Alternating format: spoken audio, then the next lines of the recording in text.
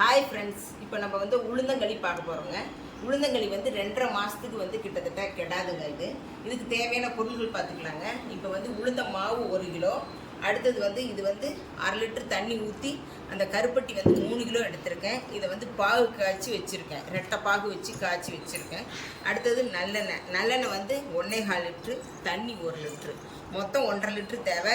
இதில் வந்து 1/2 லிட்ரு தண்ணி ஊற்றி இதில் வந்து பாகு காய்ச்சி வச்சுருக்கேன், ரெட்டை பாகு வச்சு வச்சுருக்கேன்.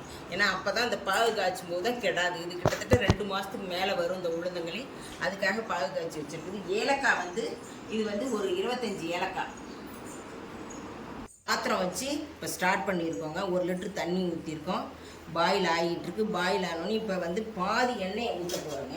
இதில் வந்து பாதி எண்ணெய் இதில் கரைச்சி வச்சுக்குவேன் மாவில். இப்போ பாதி எண்ணெய் வந்து ஊற்றிக்குவேன், நல்லெண்ணெய்.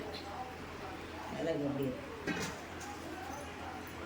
தண்ணி ஊற்றி கொதிக்க வச்சுருக்கோங்க. 1 லிட்ரு தண்ணி ஊற்றி அதோட கொஞ்சம் இந்த பாதி எண்ணெய் இருந்தது இல்லைங்களா, அதையும் தூக்கி, மிச்ச எண்ணெய் இது, பாதி எண்ணெயும் தூக்கி ஊற்றி இங்கே வச்சு பாயில் ஆகிக்கிட்டு இருக்குது. இல்லை 1 நிமிஷத்தில் மாவை கொட்டிடலாம். அந்த மாவு வந்து ட்ரை மாவாக போட்டோம்னா மாவு வந்து ரொம்ப கெட்டியாக ஆகிரும். அதனால கட்டியாகிறதுனால இப்படி எண்ணெய், மிச்ச எண்ணெயை கொஞ்சம் ஊற்றி கிளறி வச்சுக்கிட்டேன் நான். இப்படி போட்டோம்னா இப்போ அதுக்கப்புறமா நம்ம வந்து கட்டி ஆகாது. அதனால் இப்படி கிளறி வச்சுக்கிட்டேன் மாவை. இன்னும் 1 நிமிஷத்தில் வந்து இந்த மாவை கொட்டி கிளற போகிறேன். மாவு வந்து பபுள் வந்துருச்சுங்க. இது வந்ததுக்கப்புறம் இப்போ நான் வந்து கொட்டி இதை வந்து கிண்ட ஆரம்பிச்சிருவேங்க. ஒவ்வொன்றா ஃபுல்லாக எல்லா மாவையும் கொட்டி கிண்ட ஆரம்பிச்சிருவேன்.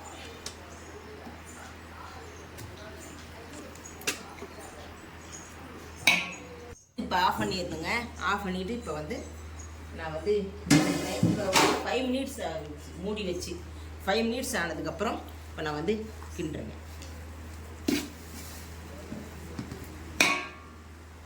இப்போ வந்து இது 1 நிமிஷம் ஆச்சுங்க மாவு கொட்டி.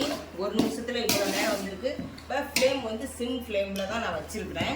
இப்போ வந்து 4:30 ஆகுது. டைம் வந்து கிளாக்கில் வந்து 4:30 ஆகுது.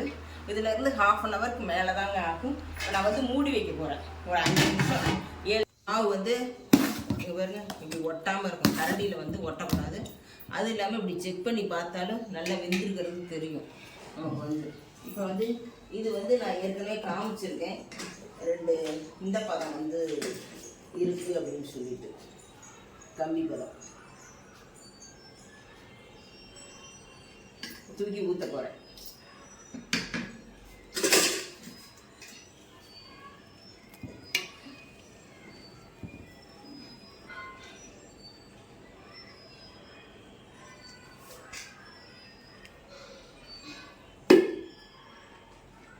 பாருங்க, இப்போ தான் கொட்டி 1 நிமிஷம் ஆகுது. இந்த வெள்ளை பாக்கு கொட்டி இப்போ பாருங்கள் எவ்வளோ லிக்யூடாக இருக்குது பாருங்கள்.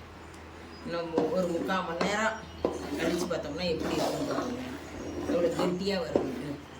கருப்பட்டி பாகு வந்து ஊற்ற ஆரம்பித்து 20 நிமிஷம் ஆகுதுங்க.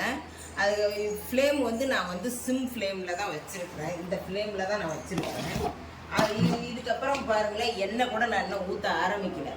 இது வந்து செமி சாலிடாக இருக்குது. இங்கே பாருங்கள், ஒரு தாருன்னு சொல்லுவோம்ல, அந்த தாரு பதம் இருக்குது. 20 நிமிஷம் ஆகுது. இன்னும் ஒரு 20 மினிட்ஸ் ஆகுங்க கிட்டத்தட்ட இது ஃபுல்லாக முடிக்கிறதுக்கு. லாஸ்ட்டாக அந்த ஏலக்காயை போட்டுக்கிறோங்க. ஏலக்காயை போட்டு கிண்டுறோம்.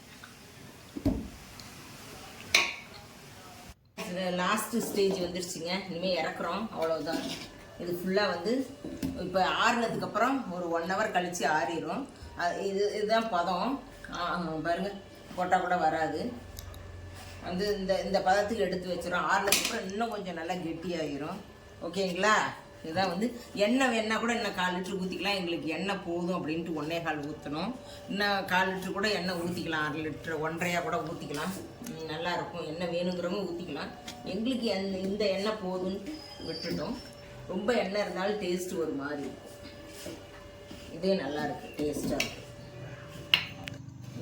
டேஸ்ட்டு வந்து பார்க்கலாங்க. சூப்பராக இருக்குங்க, செம்ம டேஸ்ட்டாக இருக்குது, நல்லா வந்துருக்கு.